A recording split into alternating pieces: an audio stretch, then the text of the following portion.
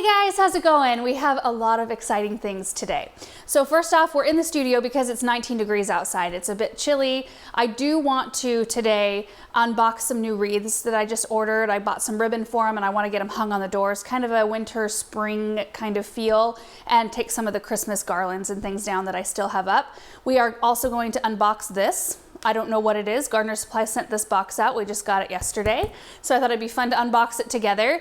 And then we have an incredibly exciting delivery coming this morning that I wanted to share with you guys because you have been along with us for so much of our journey that I thought you might like to see it. So anyway, I'm not going to tell you what it is until it gets here. So here's the box. It's kind of big.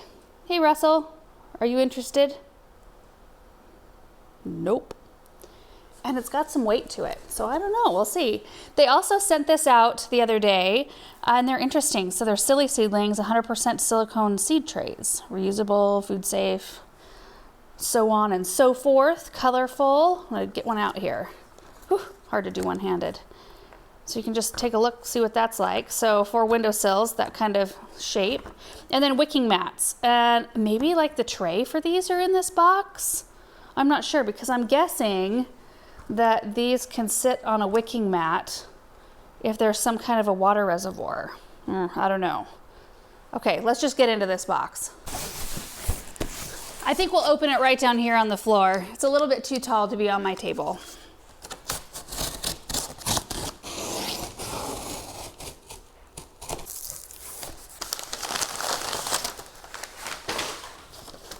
What are these? Ooh. Well, this is interesting. Okay, so first off, I'm seeing 3 boxes with Miracle LED Ultra Grow Lights right here, which gives me kind of an idea for what the rest of this might be. We may have some sort of a light system on our hands. That's exciting. Woo. Oh, sorry, Russell. A Deso Lyle 3-arm floor lamp. Oh, you guys, I think they must have been listening because I need one of these really badly, especially for this corner back here. You can see we already have a bunch of camera equipment sitting right there. But we've got these plants here that I still haven't rigged up a proper grow light for. I mean, just that little dinky one up there. So if I can swap that lamp out for a grow light and move it closer, or maybe even put it here, put more plants there. Oh, there's so many possibilities. Antique brass finish, black, gray, white painted shades, on-off rotary switch on each shade. All right, let's get this opened up and put together.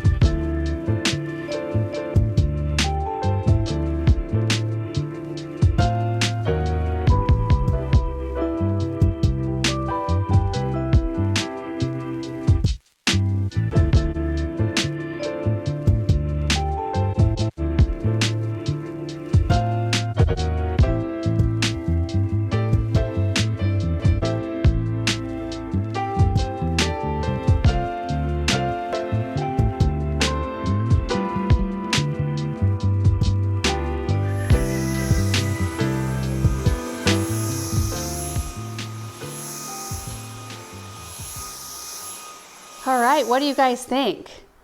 I think it looks nice. Now, clearly that's not the best place to have a grow light. I mean, I'm not utilizing it to its full potential right there because there's not enough plants. Russell likes it. But I think it does show you how it can fit into kind of a home aesthetic there instead of looking like a traditional grow light, you know, with shelves, and they look a little bit more industrial. But let me show you from the bottom here. So there's the metal bottom and then antique brass finish there. Each one has an individual arm, and then there's the 3 colors of lampshade, so black, white, and gray. Boy, I like the black one quite a lot. I like them all. It's kind of fun to have them all in one spot right there. They're all adjustable, so like you can adjust this up and down, or you can adjust, I've got it tightened over here. This is where you tighten it. Or you can adjust this how you want it to be. Whoop. So you can really manipulate the lamp to do what you want it to do, which is really fun. A Deso 3-arm Lisle floor lamp. So anyway, I'll try to find a link for you guys if you want to learn more about it and put it down below. Thank you, Gardener Supply, for sending it out. We'll get some good use out of it. And I just heard from Aaron, and he said our delivery is about 10 minutes out. So we're gonna go back to the house in excited anticipation for this. Oh, I can't wait, you guys. They're not here quite yet, but I'm just gonna wait right here. This is where I've actually got our boxwood wreaths that we're gonna be putting up today. Boxwood Valley.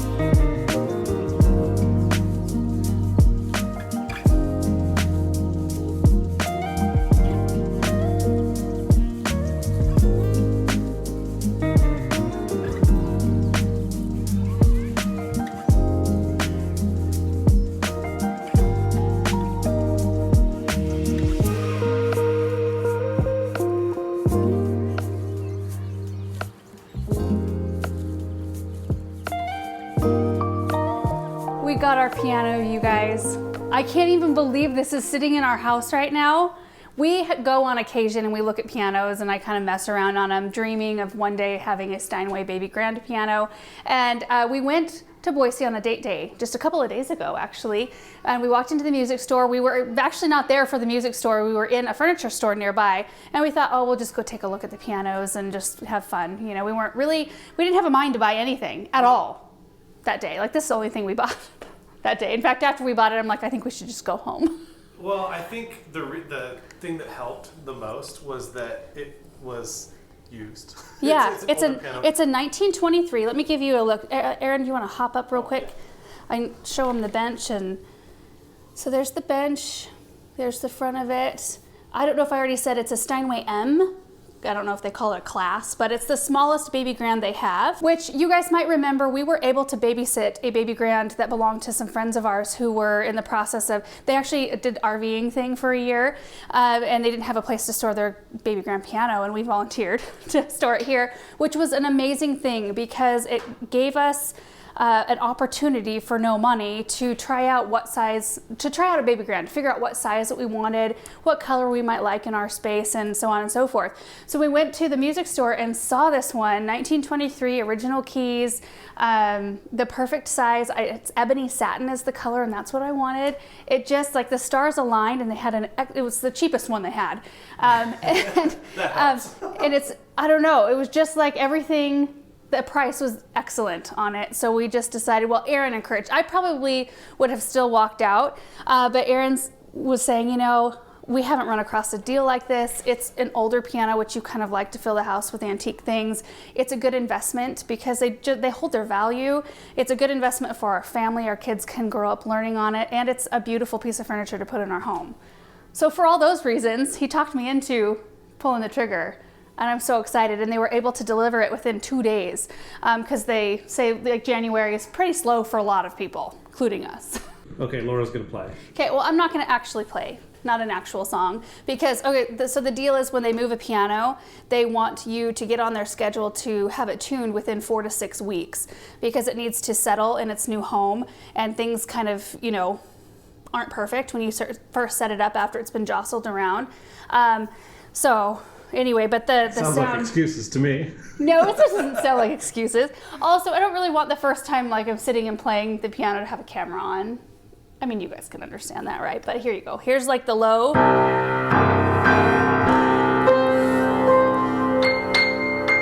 The sound is really nice.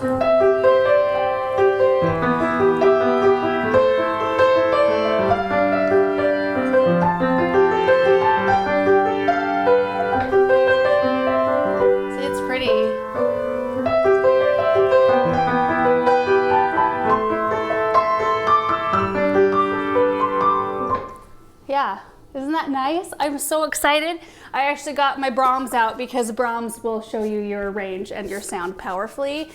So I did play a little tiny bit right after they set it up. I do think we need to reposition it in this room a little bit. I think we will probably, it's centered on the rug, well, ish. It's positioned to where it's centered this way, and then it's the right distance to where my bench can still sit on the rug without going off the back. But I do think we need to shift it, don't you, Erin? Just like a tiny bit this way. So we'll remove this and have it just kind of be the piano, maybe a couple of pillars with ferns, like kind of Victorian parlor style. But pretty minimal in here. I want it just kind of to be the music room. This is what we call the back parlor because that's what the previous owners called it. And right now I have like an old hutch right here that stores dishes and such in here. And then right behind Erin here, this is one of my hutches that's going out in the cut flower shed. So it's just in here for right now, which is, it's amazing. I've got 2 of these for the cut flower shed to go out there. But the plan for this room, like right now, it still has the original wallpaper. That's what the previous owner said. And I don't really want to keep it like beige cream in here so much. I do think I want to do something different. But for now, we might pop a chair in here or something, but this is going to be the focal point of this room. And I can't even believe it's sitting here right now. I can't believe it. So just as a little look around here, you can see these are pocket doors. These are original. So this side of the house is the 1919 side of the house. This has been my dumping ground for plants. So I have nothing arranged in here. These chairs just came from this room last night. I stole the rug out of here, put it in the studio. So we're just kind of a cobbled together at the moment. But I really love this side. Over here, let me move the camera. There's a fireplace. I really love the chimney. I still have the white branch from Easter last year. Look at that. It actually belongs on the landing table, which is right out there. So when you come in our front door here, there's stairs. This is the landing, the front parlor. You look through, you can see the piano. I have the same color. This is the Sherwin-Williams Thunder Gray. It's the same colors that we have up in the great room. And then we go through to the front parlor here. And I will be spending many, many hours in this spot when I'm not out in the garden. It's just such an exciting thing. I wanted to share it with you guys, just that little snippet of something else that I really, really love to do. I grew up playing the piano. That's another thing. So when I sat down, I played another piano. We're going between this M and there's an L class, and it's a little bit deeper. And it was a really nice one too, but we were going back and forth. This one though, with the original keys, feels like the piano I grew up playing. And those of you who grew up playing an instrument, you know how that it makes a difference, like how your bench feels, the height of everything, how the keys feel. And when I sat down and put my fingers on the keys, I was like, oh my goodness, I played for 18 years on that piano. And so it just took me back. And you know, I've been playing a keyboard for a long time, which I'm kind of used to it. I'm thankful to have that. The kids will still probably do a lot of their practicing on that because they can wear headphones while they're practicing. But it's a completely different feel. Anyway, my parents, it was a huge deal to them to give us music lessons growing up. It was something my mom always wished that she had the opportunity to do, so she made sure it happened for us. In fact, I remember my mom doing like tons of yard sales, and my dad did he had a side hustle. So he worked down at the garden center, he wasn't an owner at the time, but then he had a big list of lawns that he took care of. Like he did the seasonal lawn applications of fertilizer or bug control or that sort of thing. I remember getting to go with him, but he did all those side hustle things so that we could have music lessons or they could take us skiing or something like that. And so it's, you know, a huge sacrifice on their part too, for giving me that education. So I took classical lessons for 17 years. They had us all play, my sister and my brother as well, and they gave us the option when we were 12 years old to either continue on or stop. My brother stopped. I continued on. My sister, she kind of did a lot of different things. She was a little bit more interested in the violin, and she's got a really beautiful voice. So we kind of just all did our different things.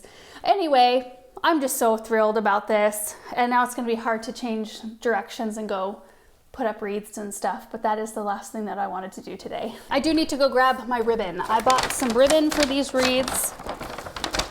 Oh yeah, gorgeous. Kind of wintry, springish. I got it major on sale. There's only 2 yards of ribbon on each one of these spools. I hope that's enough. And I have no idea what these wreaths are gonna look like. I've not ordered from this specific boxwood world.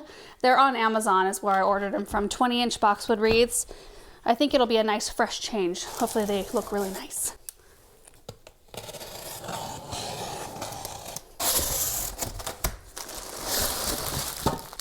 Oh yeah, I think these are gonna be perfect.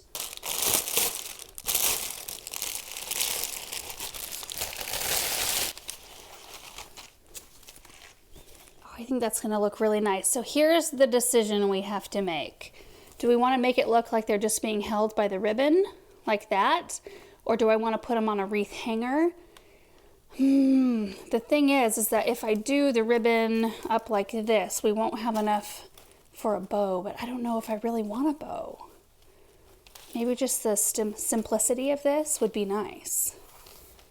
Maybe we should try one this way and then we'll decide. But I'm actually getting ahead of myself. I need to clear the Christmas stuff first. Okay, so I'm not going to clear an awful lot up here. Of course, I'll take the garland down, the wreath down, we'll take our pinecone swags down, and then I'm just going to take the cardinals out for now and just leave the greens and the branches for now. I think that that will work out perfectly. I really need to get a new mat. I'll be looking for one when I'm out. I think I've had this mat since we first moved in. We got a good run, 5 years, almost 6 now.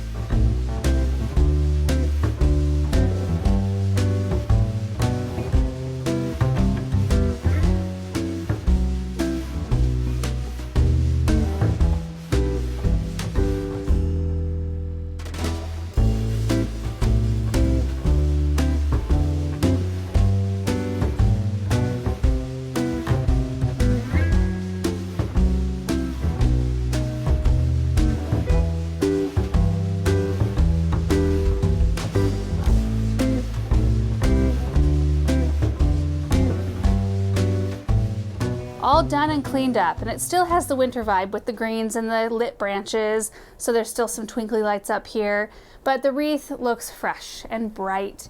And because there was only 2 yards of fabric, I decided not to do any tails. There was a little bit left over from this one spool, so you can see I just doubled it and then went under the wreath, and then it's stapled 1, 2, 3 times right on top of the door, and it doesn't make the door drag at all. I tested that. So we're good to go in terms of no damage to the door. I mean, other than the staples on the top, but that's not even visible and they're small. And it backed up look, just nice and fresh up here. I can't wait to have some spring color going on though. That'll be fun. But I feel like this ribbon will help us transition right into spring with that kind of robin's egg blue, right? Kind of like that powder blue. It's beautiful, but it still has enough glitz to be wintry. Okay, so I'm gonna do the exact same thing up at the other entrance.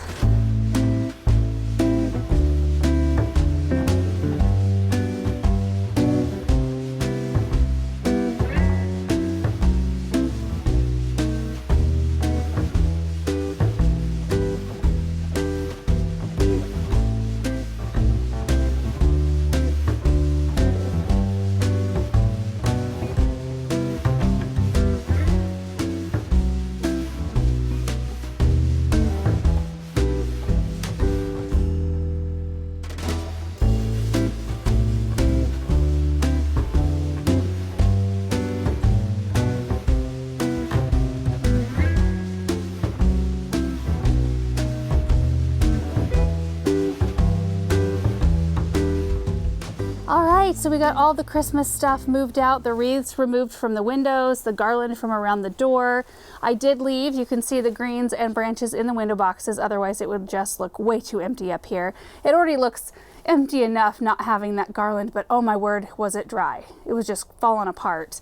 But it still looks pretty at night because we do have our house lights off, but you can see a little glow from these lights, and I like that through January to have a little touch of bright out here. You can see the wreaths here.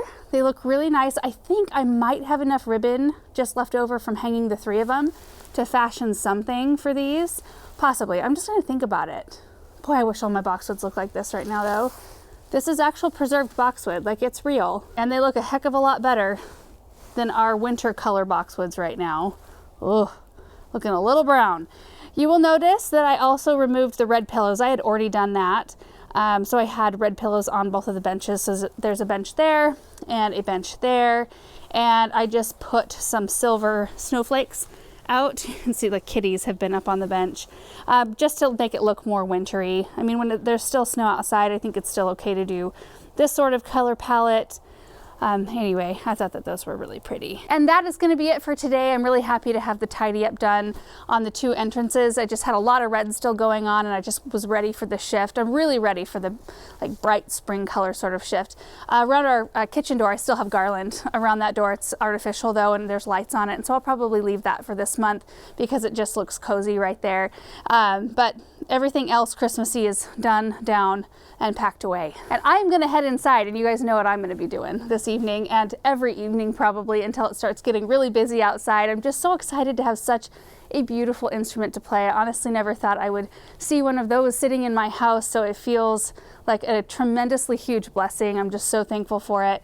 And I'm just so excited for the kids to learn too. You know, Benjamin's about at the age, I was 4 when I started lessons. There was Yamaha school here in town, and it was a lot of ear training.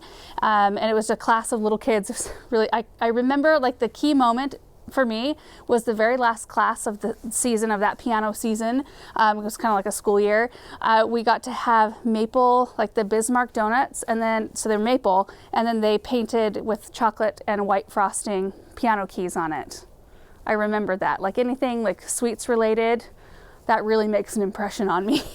But Benjamin's right at that age, you know, he's turning 4 this week, so we can start in with some little things, some little exercises and things for him on the piano, and you know, we'll see if it's something that he takes to. You never know. So thank you guys so much for watching this video. Hope you're having a really great day, and I hope you have a great week, and we will see you in the next video. Bye.